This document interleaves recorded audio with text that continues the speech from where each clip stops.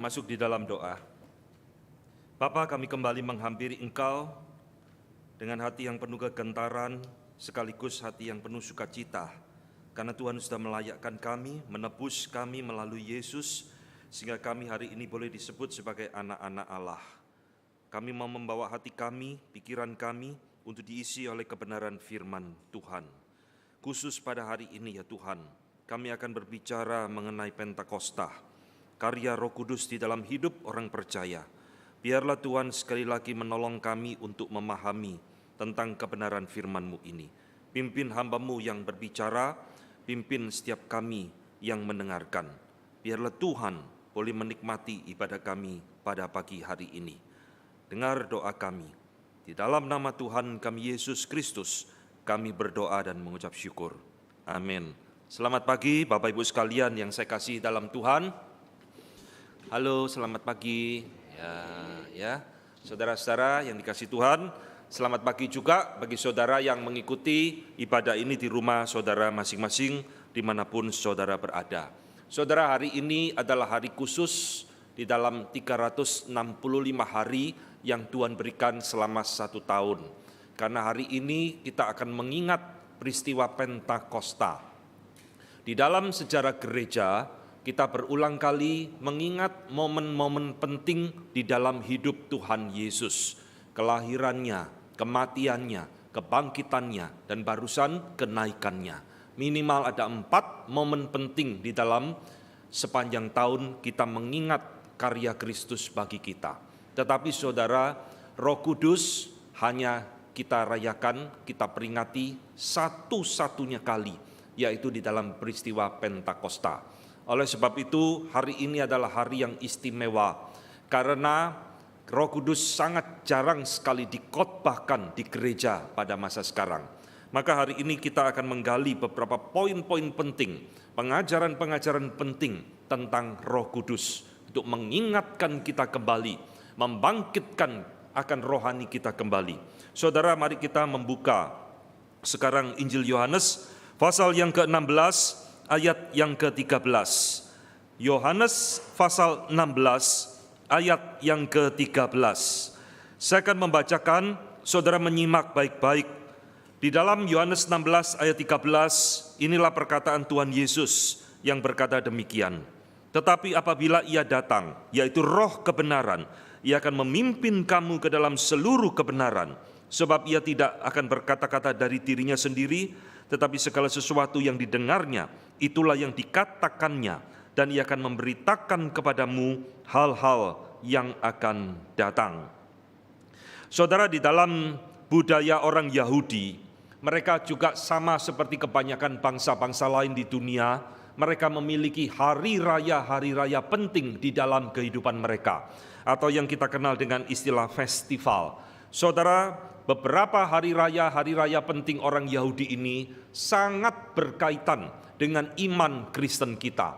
Paling tidak ada 2 hari raya penting, saudara, yang seringkali kita tidak sadari, itu memiliki hubungan yang erat dengan iman percaya kita. Yang pertama itu adalah hari raya Passover dan hari raya roti tidak beragi. Ini satu perayaan yang mengingatkan bagaimana Tuhan memimpin bangsa Israel keluar dari tanah Mesir dengan memotong anak domba.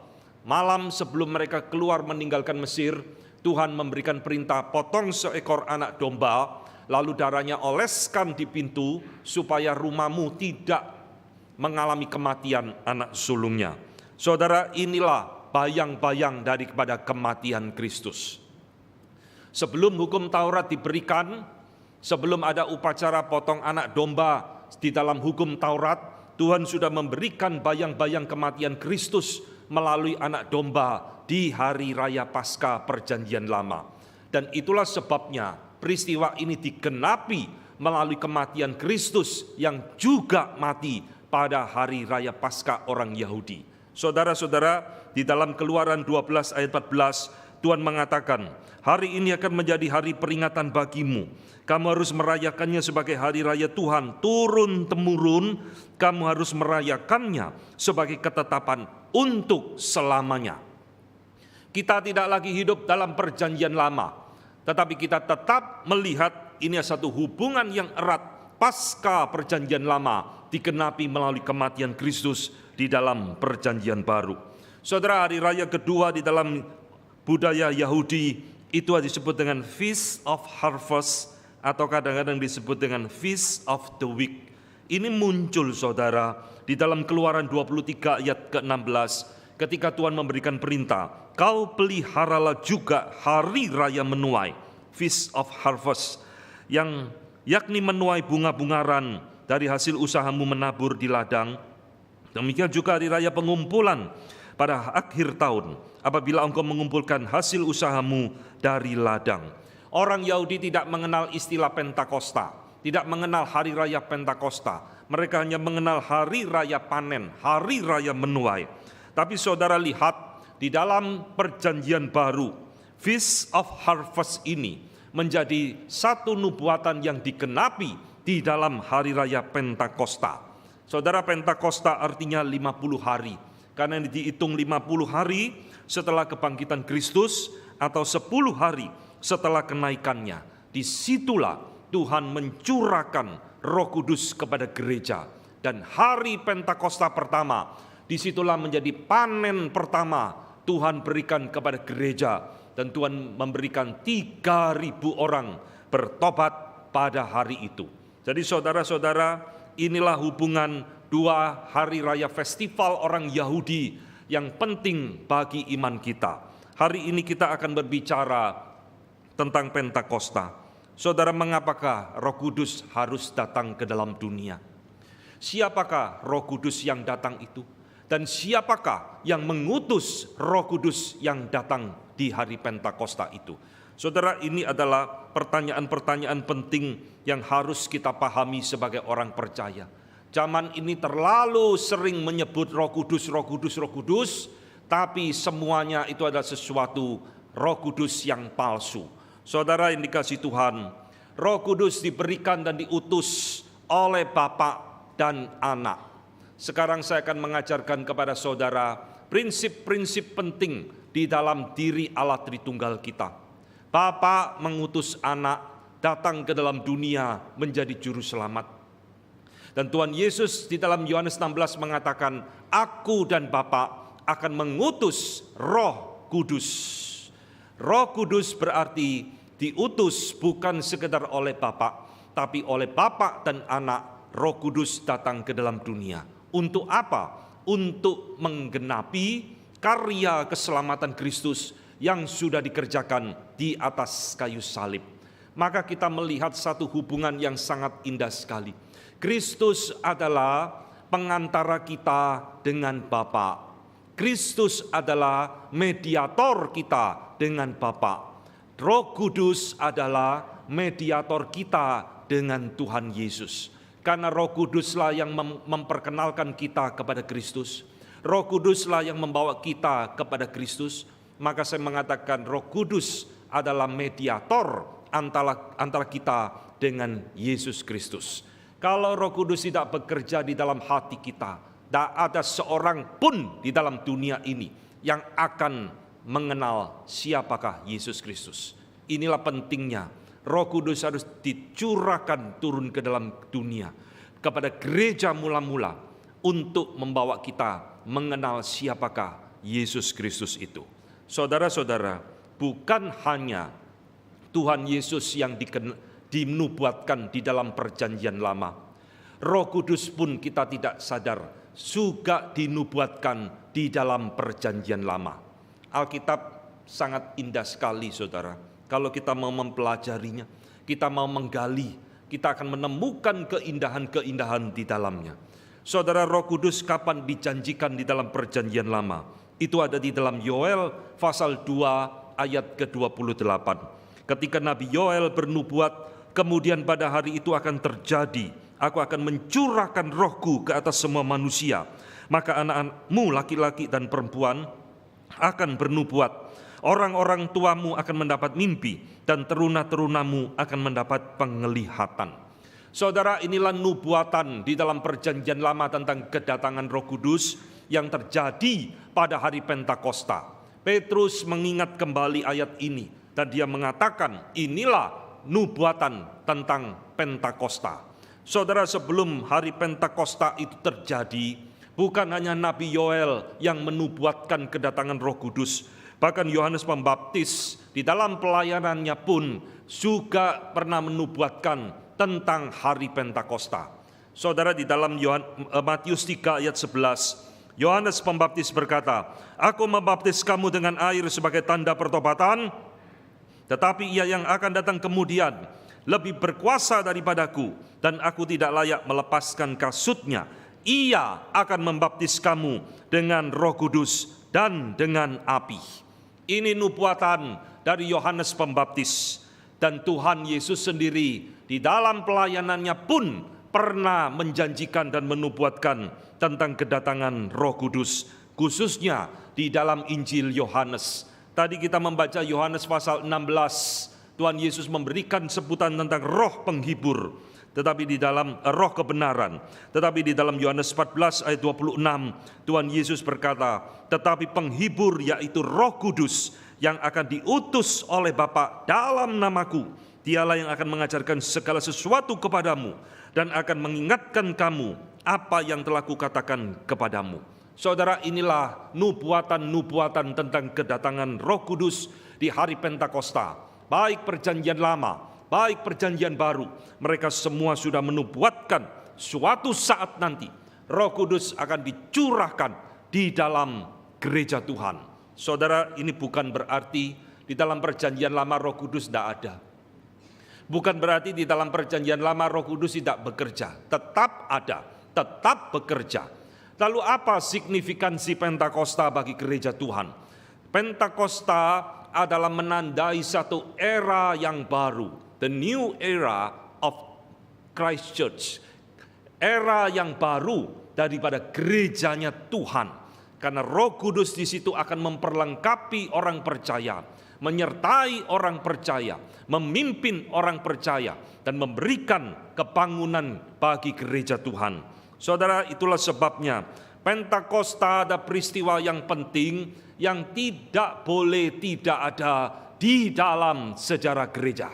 Ini harus terjadi. Roh Kudus harus diberikan supaya orang-orang pilihan Tuhan di dalam sepanjang zaman dibawa kepada Kristus satu persatu. Mereka berjumpa dengan juru selamatnya melalui karya Roh Kudus. Nah, saudara-saudara, hari ini kita akan merenungkan beberapa poin-poin penting. Meskipun Pentakosta sudah terjadi kira-kira 2000 tahun yang lalu, mengapa gereja zaman sekarang tetap berada di dalam kekacauan pemahaman tentang Roh Kudus? Bukankah Tuhan Yesus tadi berkata, kalau Roh kebenaran itu kuutus, Dia akan memimpin kamu mengerti seluruh kebenaran. Tapi mengapa banyak gereja sekarang tetap di dalam kekacauan mengerti dan memahami tentang siapakah Roh Kudus? Ini satu ironis sekali. Bukankah Roh Kudus itu harus memimpin akal budi kita mengerti firman? Tapi justru di dalam banyak gereja tetap terjadi kekacauan-kekacauan tentang Roh Kudus. Saudara sekalian, abad ke-20, saudara harus tahu, abad ke-20 dibuka dengan satu kesalahan pemahaman tentang Roh Kudus dan karyanya yang berdampak hingga hari ini. Ini kalau dihitung terjadi tahun 1906 di dalam peristiwa Azusa Street di Amerika. Di situ terjadi satu kebangunan rohani yang mereka klaim inilah karya Roh Kudus. Maka disebut dengan Azusa Street Revival yang dipelopori oleh seorang bernama William Seymour dan gurunya Charles Fox Parham. Saudara, di dalam peristiwa itulah pertama kali muncul manifestasi-manifestasi yang disebut dengan karya Roh Kudus di dalam speaking in tongue. Akhirnya itu menjalar ke seluruh dunia dan menjadi satu gerakan yang namanya Pentakostalisme.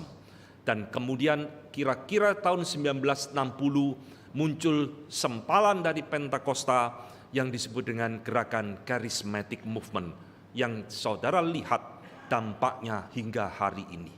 Nah, saudara-saudara, hari ini kita akan merenungkan tentang karya Roh Kudus.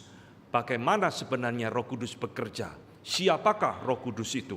Maka hari ini saya akan memberikan 3 poin penting, mengingatkan saudara, mendidik saudara, supaya saudara tidak memiliki pemahaman yang keliru tentang Roh Kudus dan karyanya. Saya menemukan paling tidak ada 3 krisis utama di dalam zaman ini yang berkaitan dengan Roh Kudus. Saudara-saudara, 3 krisis itu saya sebut yang pertama adalah krisis identitas Roh Kudus yang palsu. Krisis identitas Roh Kudus yang palsu. Gereja boleh menyebut Roh Kudus, Roh Kudus, Roh Kudus. Tapi Roh Kudus yang mana yang dipercaya? Roh Kudus seperti apa yang dipercaya? Ini 2 pertanyaan yang penting sekali. Saudara-saudara, siapakah Roh Kudus yang datang di hari Pentakosta itu? Yang turun di dalam bentuk lidah api di atas kepala para rasul dan 120 murid Tuhan Yesus lain. Siapakah Roh Kudus yang datang pada hari itu? Saudara, ini pertanyaan yang tidak gampang dijawab. Sebab di dalam sejarah gereja, ketika gereja sudah mulai berdiri di atas bumi ini, sudah begitu banyak pemahaman tentang Roh Kudus yang menyimpang. Hari ini saya akan memberikan 2 contoh saja, saudara. Bagaimana bapak-bapak gereja salah memahami Roh Kudus, dan itu sekali lagi berdampak kepada gereja hingga hari ini. Saya ulangi, hingga hari ini.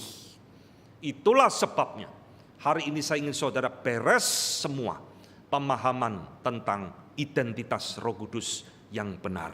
Saudara-saudara, bapak gereja pertama yang salah memahami tentang identitas Roh Kudus adalah seorang bapak gereja yang namanya Arius. Maka acaranya disebut Arianisme. Saudara, Arius salahnya di mana? Arius mengatakan Roh Kudus itu bukan Allah.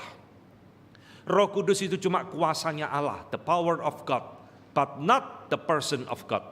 Roh Kudus itu cuma kuasa Tuhan yang mengalir keluar dari diri Allah. Nah, saudara-saudara, bapak gereja kedua yang salah memahami tentang Roh Kudus itu bernama Sabellius. Maka acaranya disebut dengan Sabellianisme. Saudara, Sabellius percaya Roh Kudus itu Allah. Arius tidak percaya Roh Kudus Allah. Lalu di mana salahnya Sabellius?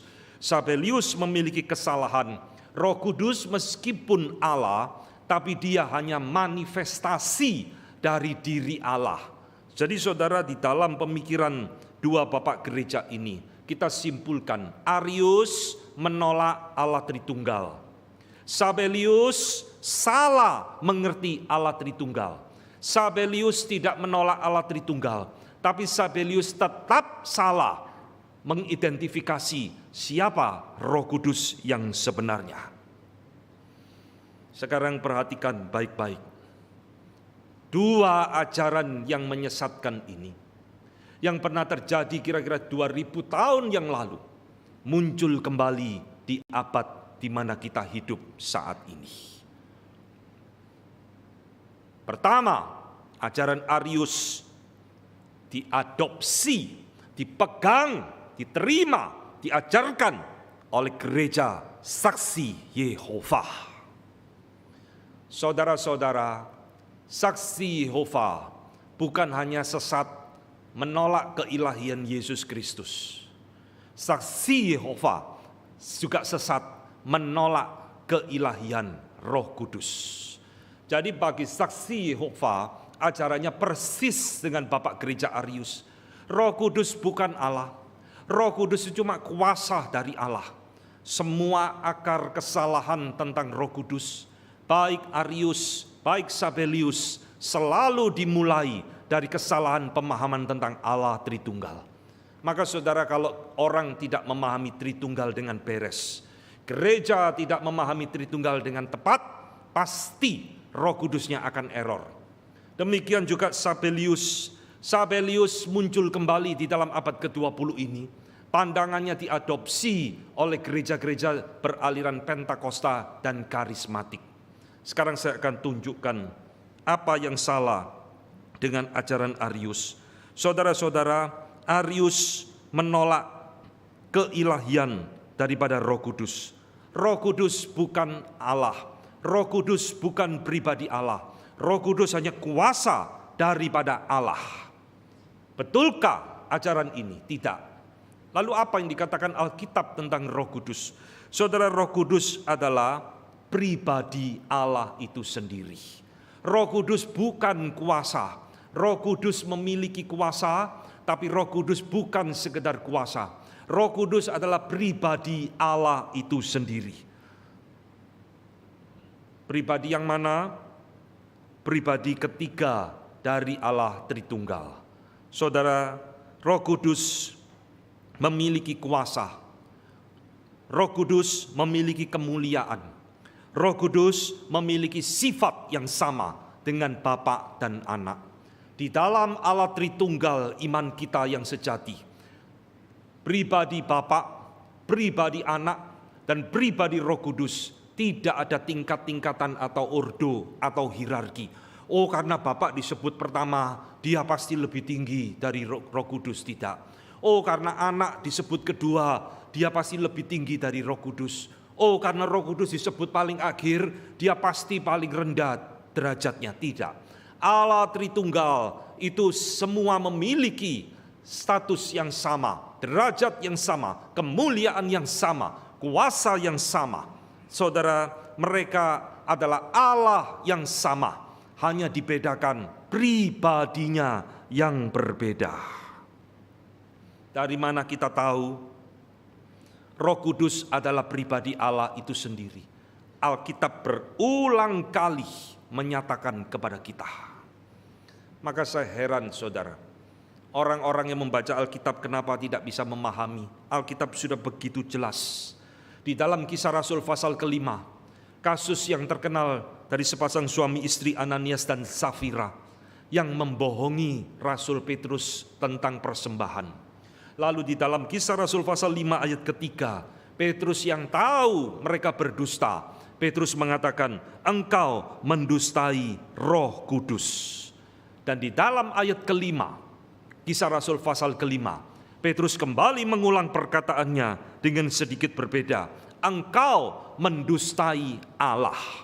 Saudara, ayat ini memberikan kepada kita kesimpulan, Roh Kudus adalah Allah itu sendiri. Dan di dalam Matius 12 ayat 31, Tuhan Yesus mengatakan kalimat yang sangat jelas sekali. Barang siapa menghujat Roh Kudus, itu ada dosa yang tidak terampuni. Cukup dua ayat ini menunjukkan Roh Kudus adalah pribadi Allah itu sendiri. Ini bukan kuasa, saudara. Roh Kudus adalah pribadi, dia punya pikiran, dia punya kehendak, dia punya emosi. Maka Paulus mengatakan jangan mendukakan Roh Allah. Roh Kudus bisa didukakan karena dia adalah pribadi. Di dalam banyak ayat, saudara, Alkitab menunjukkan siapakah Roh Kudus. Dia adalah pribadi dari Allah itu sendiri. Sekarang apa kesalahan dari Bapak Gereja Sabelius tentang Roh Kudus? Saudara, Sabelius tidak menolak dan tidak menyangkal Roh Kudus adalah Allah. Tapi dia tetap melakukan kesalahan yang fatal sekali. Di dalam pemikiran Bapak Gereja Sabelius, dia berpikir Roh Kudus adalah Bapa, Roh Kudus juga adalah Anak. Jadi Bapa, Anak, dan Roh Kudus ini semua sama saja. Cuma berganti-ganti kepribadian. Dulu di DPL Allah muncul sebagai Allah Bapa. Lalu di perjanjian baru Allah berubah wujud jadi Tuhan Yesus. Setelah Tuhan Yesus naik ke surga, turun lagi berubah wujud jadi Roh Kudus. Ini pandangan Sabelius. Maka di dalam pandangan Sabelius, Bapa sama dengan Anak, sama dengan Roh Kudus. Ketiga-tiganya selalu diidentikan adalah Tuhan Yesus. Ini ngaco luar biasa, saudara. Karena Alkitab mengatakan Bapa bukan anak, anak bukan Roh Kudus, Roh Kudus bukan anak dan juga bukan Bapa. Ketiganya adalah 3 pribadi yang berbeda, tetapi mereka adalah satu hakikat, yaitu Allah. Itulah arti Tritunggal. Sekali lagi, gereja, orang Kristen, pendeta sekalipun, kalau engkau tidak memahami Allah Tritunggal dengan beres di dalam hidupmu, pasti kristologimu kacau, pasti doktrin Roh Kudusmu error. Tritunggal adalah fondasi yang penting sekali di dalam gereja, di dalam kekristenan. Maka saudara, hari ini saya harus menjelaskan kepada saudara, Roh Kudus beda dengan Bapa, beda dengan Anak. Ini 3 pribadi yang berbeda. Dari mana kita tahu? Dari Alkitab lagi. Kan di dalam peristiwa baptisan Tuhan Yesus pada waktu dibaptis, Allah Bapa dari surga berkata, inilah anakku. Lalu Roh Kudus turun dalam bentuk burung merpati. Ini menunjukkan ada 3 pribadi yang berbeda muncul bersamaan di dalam peristiwa baptisan Tuhan Yesus. Masih kurang contoh lagi, di dalam Yohanes pasal 17, disitulah Tuhan Yesus berdoa kepada Bapa. Bapa, permuliakanlah anak seperti ketika di dalam kekekalan. Itu doa terpanjang dari Tuhan Yesus. Saudara, Tuhan Yesus berdoa kepada Bapa. Masa Tuhan Yesus ngomong dengan dirinya sendiri? Ayat ini dengan jelas menunjukkan pribadi Tuhan Yesus Sang Anak berbeda dengan pribadi daripada Sang Bapa. Di dalam Yohanes 16 Tuhan Yesus mengatakan, aku akan mengutus penolong yang lain untuk datang kepada engkau. Sudah jelas di situ penolong yang lain adalah Roh Kudus. Ayat ini menunjukkan Tuhan Yesus berbeda dengan Roh Kudus. Saya harap penjelasan singkat tentang Tritunggal dan tentang identitas Roh Kudus ini membuat saudara sekarang lebih jelas siapakah Roh Kudus itu. Dia bukan Bapa, dia bukan Anak, tetapi dia adalah satu pribadi yang lain, tetapi memiliki hakikat yang sama dengan Bapa dan Anak, yaitu adalah Allah itu sendiri. Inilah Tritunggal yang benar, saudara. Bukan Allah gonta-ganti peran, seperti saya hari ini pakai jas, nanti pulang di rumah saya ganti baju, tapi orangnya tetap sama. Bukan. Bapa, Anak, dan Roh Kudus, 3 pribadi yang berbeda, memiliki peran yang berbeda-beda di dalam keselamatan, di dalam hidup orang percaya. Sekarang saya akan masuk di dalam krisis kedua. Zaman ini bukan hanya krisis identitas Roh Kudus yang salah. Zaman ini juga ditandai dengan satu krisis yang saya sebut dengan krisis spiritualitas yang palsu. Tadi adalah identitas Roh Kudus yang palsu. Sekarang saya mau berbicara tentang krisis spiritualitas yang palsu. Roh Kudus diutus di hari Pentakosta, memenuhi hati para murid dan gereja Tuhan dan orang percaya sepanjang zaman untuk menguduskan kita, menyucikan kita dari dosa, membawa kita di dalam relasi yang benar dengan Allah Bapa, membawa kepada kita pengertian yang benar tentang siapa Kristus, dan membawa kita kepada spiritualitas atau kerohanian yang sejati di dalam hidup kita. Inilah tujuan Roh Kudus salah satunya dicurahkan di dalam hari Pentakosta. Tetapi sekarang saudara lihat, gereja di dalam abad ke-20 ini mendefinisikan kerohanian dengan standar yang salah. Apa sih arti rohani itu? Apa arti spiritual? Semua orang ingin dekat Tuhan. Semua orang ingin jadi orang yang rohani, cinta Tuhan, dan sebagainya. Tapi gereja zaman abad ini melakukan dan memiliki pemahaman yang salah tentang spiritualitas yang sejati. Saudara-saudara, sekarang gereja mengatakan, orang yang cinta Tuhan adalah ketika hidupmu makmur, diberkati oleh Tuhan. Berarti cinta Tuhan mencintai engkau, Tuhan sayang kepada engkau, maka engkau dijadikan kaya, makmur, dan hidup sehat, tidak ada masalah. itulah buktinya cinta Tuhan kepada engkau. Sekaligus bukti engkau orang yang rohani karena dicintai Tuhan. Saudara, ini ajaran yang menyesatkan luar biasa. Di dalam aspek yang lain, orang mengatakan dan mengajarkan bagaimana saya bisa menjadi orang yang rohani. Ditandai dengan apa yang disebut dengan baptisan Roh Kudus. Saudara pernah mendengar istilah baptisan Roh Kudus? Istilah ini hanya muncul di dalam perkataan sebenarnya dari Yohanes Pembaptis yang tadi sudah kita baca. Aku membaptis kamu dengan air, tetapi Dia yang akan datang nanti akan membaptis kamu dengan roh dan api. Saudara-saudara, sekarang banyak hamba Tuhan yang salah memahami pengertian ini. Baptisan Roh Kudus, Yohanes Pembaptis berkata, yang berhak melakukan, yang mampu melakukan hanya Tuhan Yesus. Ia yang akan datang akan membaptis kamu dengan roh dan api. Ngerti? Sekarang banyak pendeta tangannya kalau tidak membaptis Roh Kudus gatal. Maka banyak pendeta mengklaim, saya yang akan membaptis kamu dengan Roh Kudus. Roh Kudus yang berhak membaptis adalah Tuhan Yesus sendiri. Baptisan Roh Kudus itu adalah satu peristiwa yang terjadi di dalam hidup orang percaya pada waktu dia bertobat dan terima Tuhan Yesus. Saya ulangi lagi. Kapan baptisan Roh Kudus terjadi? Bukan setelah pertobatan. Saudara, gereja-gereja yang salah memahami baptisan Roh Kudus selalu mengatakan, engkau sudah percaya Tuhan tidak cukup. Engkau harus dibaptis Roh Kudus. Dan setelah dibaptis Roh Kudus, tandanya engkau ada speaking in tongue.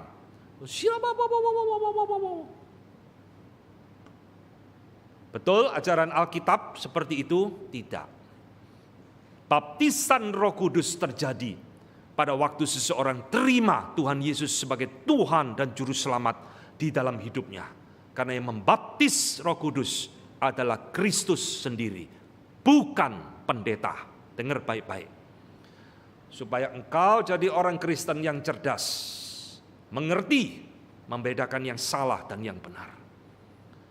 Yang membaptis Roh Kudus bukan manusia, tetapi ada Kristus sendiri. Ini yang dikatakan oleh Yohanes Pembaptis. Maka saudara perhatikan, zaman ini ditandai dengan kerohanian yang palsu. Apa sih definisi orang rohani? Oh, kalau engkau memanifestasikan karunia-karunia Roh Kudus di dalam hidupmu. Engkau orang yang rohani kalau engkau bisa speaking in tongue.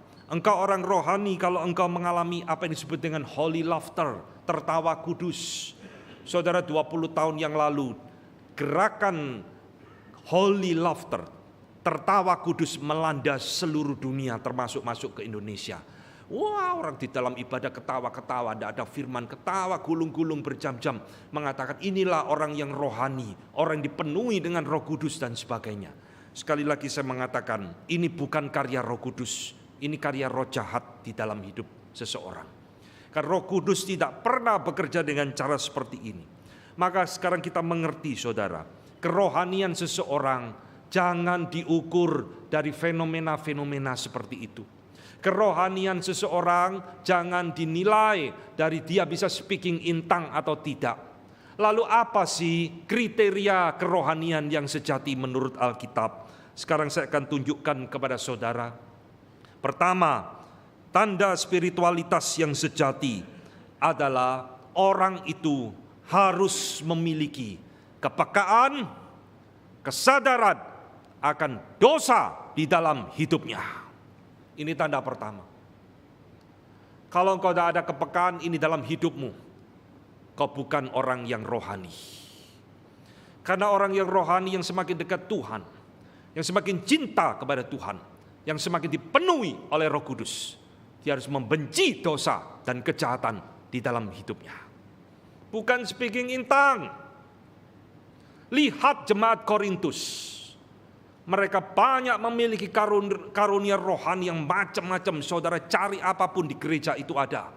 Tapi Korintus adalah jemaat yang rusak, berdosa di hadapan Tuhan. gereja yang penuh dengan perpecahan dan kekacauan. Tapi pada saat sama mereka memiliki banyak karunia-karunia rohani. Maka saudara jangan memakai karunia rohani apapun itu untuk mengukur kerohanian seseorang. Saudara, di dalam orang yang rohani, dia akan semakin benci dengan dosa. Dia akan semakin antipati dengan kejahatan. Di dalam hidup orang yang rohani ada satu keinginan yang besar untuk hidup kudus di hadapan Tuhan. Inilah tanda pertama, the true spirituality, kerohanian yang sesungguhnya. Tanda kedua yang muncul di dalam Alkitab, orang yang rohani betul-betul adalah orang yang mau hidup di dalam ketaatan yang penuh kepada Allah. Bukan kehendakku Tuhan, kehendakmu yang jadi. Itulah orang yang rohani. Bukan orang yang memaksakan kehendak harus terjadi. Mujizat harus terjadi. Apa yang saya minta harus dituruti. Itulah tanda orang rohani. Tidak. Orang yang rohani adalah orang yang mau mentaklukkan diri di hadapan Tuhan. Orang yang rohani adalah orang yang mau mentaklukkan dan mematikan ego di hadapan Tuhan. Orang yang rohani adalah orang yang mau menyangkal diri dan memikul salib untuk Tuhan, sekalipun penuh penderitaan dan kesulitan. Itulah the sign of true spirituality. Tanda kerohanian yang sejati. Zaman ini begitu kacau luar biasa. Apa kerohanian yang sejati? Kalau engkau mengalami mujizat Tuhan, kalau engkau mengalami penglihatan, diangkat ke surga, diajak ke neraka, engkau orang rohani. Tidak, saudara. Ketiga, apa tanda kerohanian sejati di dalam hidup seseorang ketika Roh Kudus itu bekerja di dalam hidup orang tersebut? Kerohanian sejati ditandai dengan munculnya apa yang disebut dengan buah Roh Kudus. Galatia 5 ayat ke-22. Roh Kudus kalau memenuhi hidup seseorang, bukan menjadikan orang itu speaking intang gulung-gulung atau ketawa-ketawa, tidak. Tapi akan memunculkan yang disebut dengan the fruit of Holy Spirit. Buah Roh Kudus. Kasih, sukacita, damai sejahtera, kebaikan, kemurahhatian, kelemah lembutan, dan penguasaan diri dan sebagainya. Ada 9 buah Roh Kudus yang Paulus tuliskan di dalam Galatia 5 ayat ke-22. Saudara-saudara, kerohanian sejati tidak mungkin bisa dicapai secara instan. Kalau ada hamba Tuhan mengatakan, kamu mau jadi orang rohani cinta Tuhan, mari sini saya tumpangi tangan, saya baptis kau Roh Kudus, engkau akan jadi orang rohani. Itu omong kosong, saudara. Kehidupan rohani itu adalah satu proses yang terus-menerus berjuang melawan dosa dan kedagingan seumur hidup kita. Tidak ada cara instan. Tidak ada cara instan. Ini Roh Kudus bekerja melalui proses yang panjang, memurnikan, menguduskan, membentuk kita, memoles kita sepanjang hidup kita. Saudara-saudara, inilah krisis kedua yang terjadi di dalam zaman ini. Orang begitu gampang mengatakan inilah karya Roh Kudus, inilah karya Roh Kudus. Tetapi apa yang diajarkan seringkali bertentangan dengan firman Tuhan. Sekarang yang ketiga, Bapak Ibu sekalian, apa yang menjadi krisis di dalam zaman ini? Yang saya sebut sebagai krisis kebangunan rohani yang palsu. Roh Kudus diutus di hari Pentakosta untuk memberikan kebangunan rohani bagi para rasul. Karena hari itu para rasul sudah nyalinya hilang, ketakutan, gurunya sudah mati dan sebagainya. Maka mereka perlu kuasa Roh Kudus untuk membakar hati mereka kembali berapi-api. Hari Pentakosta menjadi hari kebangunan rohani bagi gereja Tuhan, khususnya bagi para rasul. Petrus yang penakut, hari itu di Pentakosta dia berkhotbah dengan berapi-api memberitakan firman. Saudara, Pentakosta adalah hari yang membakar hati gereja Tuhan. Pentakosta adalah hari yang memberikan kebangunan sejati bagi gereja Tuhan. Tetapi sekarang kita lihat kebangunan rohani begitu gampang dipalsukan di dalam zaman ini. Kebangunan rohani bisa terjadi secara individu maupun di dalam kelompok massa seperti hari Pentakosta.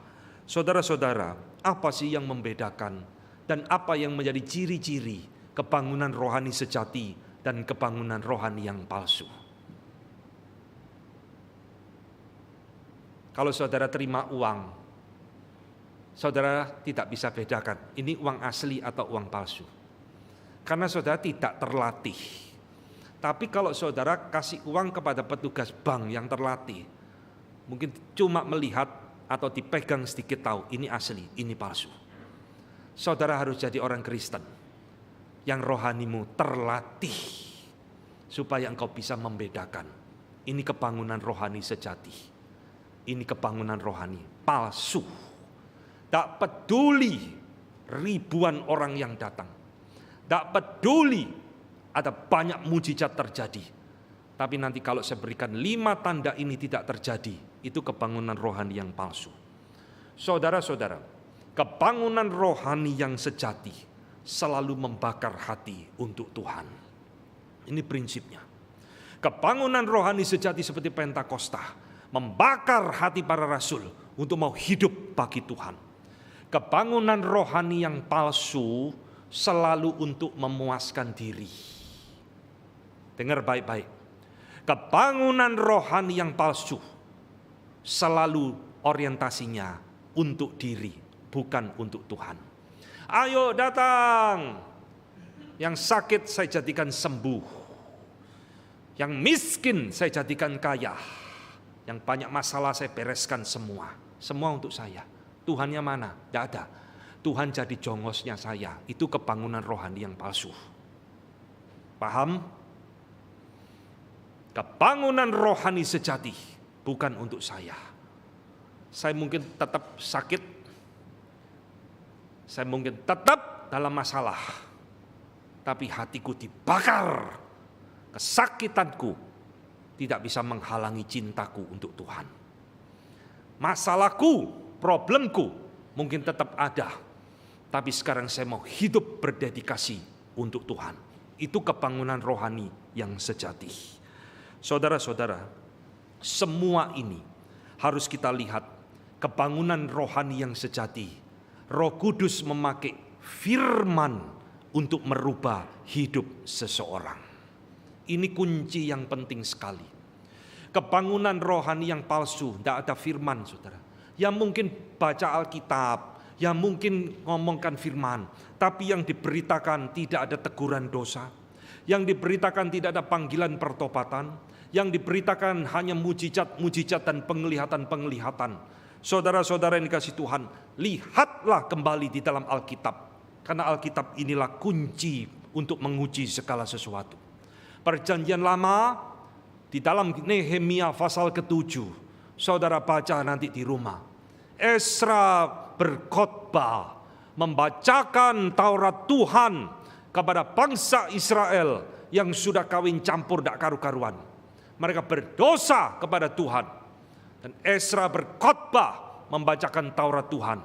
Saudara lihat di dalam Nehemia 7. Bangsa Israel ketika mendengar firman Tuhan yang sejati diberitakan, mereka akan menangis. Mereka menyesali dosa. Mereka disadarkan dosa mereka. Mereka berbalik kepada Tuhan. Ada mujizat enggak? Tidak ada. Perjanjian baru di hari Pentakosta, Petrus berkhotbah, bertobatlah, berilah dirimu dibaptis, memberitakan Injil yang sejati. Tuhan memberkati 3.000 orang bertobat dengan iman yang sungguh-sungguh. Ada mujizat? Tidak ada. Kebangunan rohani yang sejati harus didasarkan dengan pemberitaan firman yang sejati. Ini kunci penting, saudara. Hari ini jadilah orang Kristen yang cerdas, supaya engkau tidak mudah ditipu oleh fenomena kebangunan-kebangunan rohani. Tanpa firman, Roh Kudus tak bekerja. Roh Kudus bekerja melalui pemberitaan firman yang sejati. Maka jangan terlalu gampang melihat puluhan ribu orang berbondong-bondong, wah kebangunan rohani. Melihat mujizat-mujizat terjadi, wah kebangunan rohani. Padahal di sana tidak ada firman yang diberitakan, tidak ada teguran dosa, tidak ada panggilan pertobatan. Sekarang saya akan memberikan kepada saudara 5 prinsip kunci tanda kebangunan rohani sejati yang diberikan oleh seorang tokoh Puritan yang bernama Jonathan Edwards. Saudara, Jonathan Edwards adalah orang penting di dalam sejarah gereja. Orang ini abad ke-17 dipakai oleh Tuhan keliling di daratan Amerika untuk memberikan the Great Awakening, kebangunan rohani sejati.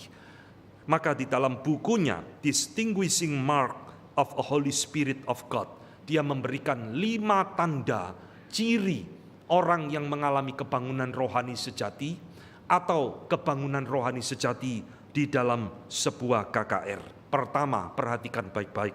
Edward mengatakan, kebangunan rohani sejati selalu akan membawa pengenalan kepada Kristus yang sejati. Saudara sekarang harus mengerti, di dalam sebuah kebangunan rohani, apa sih yang diberitakan? Kristus seperti apa yang diberitakan? Kalau yang diberitakan cuma Kristus penyembuh, Kristus pembuat mujizat, Kristus yang mengajak ke surga, ke neraka, Kristus yang memberi kekayaan, itu bukan Kristus yang sejati. Kebangunan rohani sejati harus membawa kita mengenal Kristus yang sejati. Dia adalah anak Allah. Dia adalah satu-satunya juru selamat. Dia adalah pribadi yang harus kita hormati, harus kita kasihi. Kalau saudara di dalam kebangunan rohani, saudara dibawa kepada momen seperti ini, saudara boleh mengatakan ini kebangunan rohani yang sejati. Saya sekarang semakin mengenal siapa Kristus di dalam hati saya. Oh, Kristus bukan seperti dukun yang sembuh-sembuhkan orang sakit tok. Dia diutus datang untuk menebus dosa saya. Dia diutus untuk mendamaikan saya dengan Allah. Ini kebangunan rohani yang sejati. Kalau saudara tidak menemukan ini bukan kebangunan rohani sejati. Tanda kedua, Jonathan Edwards mengatakan, kebangunan rohani sejati terjadi ketika kerajaan iblis diserang. Saudara, kebangunan rohani sejati adalah peperangan rohani antara Allah dengan iblis. Ketika kerajaan iblis diserang di dalam kebangunan rohani, itu akan menimbulkan kesadaran akan dosa di dalam diri seseorang. Kebangunan rohani sejati akan mengajak orang itu keluar dari kerajaan iblis, berpindah kepada kerajaan Allah. Kebangunan rohani sejati akan mengajak orang itu meninggalkan dosa dan dunia dan berbalik kepada Tuhan. Inilah tanda kedua kebangunan rohani sejati.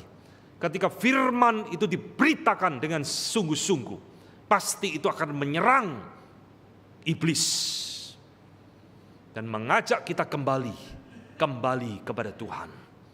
Adakah kita menemukan ini di dalam kebangunan rohani?